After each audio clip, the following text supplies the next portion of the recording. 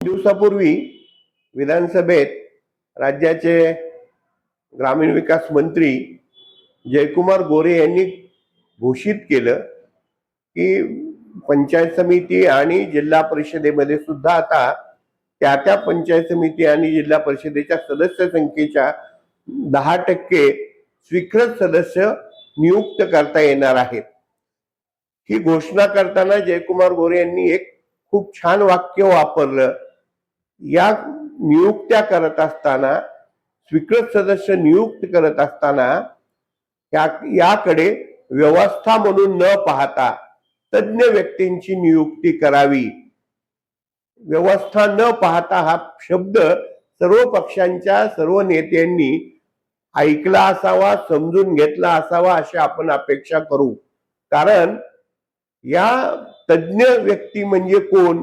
तर ग्रामीण भागात ज्यांनी जलसंधारणासाठी, ग्रामीण आरोग्यासाठी, ग्रामीण रस्त्यांसाठी, शेत रस्त्यांसाठी, पानंद रस्त्यांसाठी ज्यांनी काम केलंय, वृक्षारोपणासाठी काम केलंय, त्यांच्या नियुक्त्या व्हाव्या। जे निवडून येऊ शकत नाहीत पण ज्यांच्या ज्ञानाचा लाभ ग्रामीण भागाच्या विकासासाठी व्हावा, यासाठी या नियुक्त्या आहेत हे त्यांना सांगायचं होतं।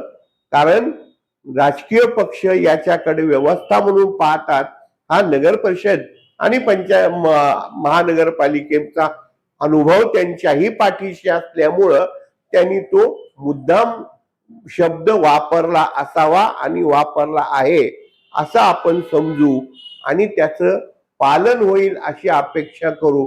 अन्यथा पुन्हा पहिले पाडे 55 झाले तर फक्त नियुक्त्या या राजकीय आणि ज्यांना कुठेही संधी मिळाली नाही अशांसाठी त्या व्यवस्थेचं रूपांतर संधीत होईल, यापेक्षा काही होणार नाही।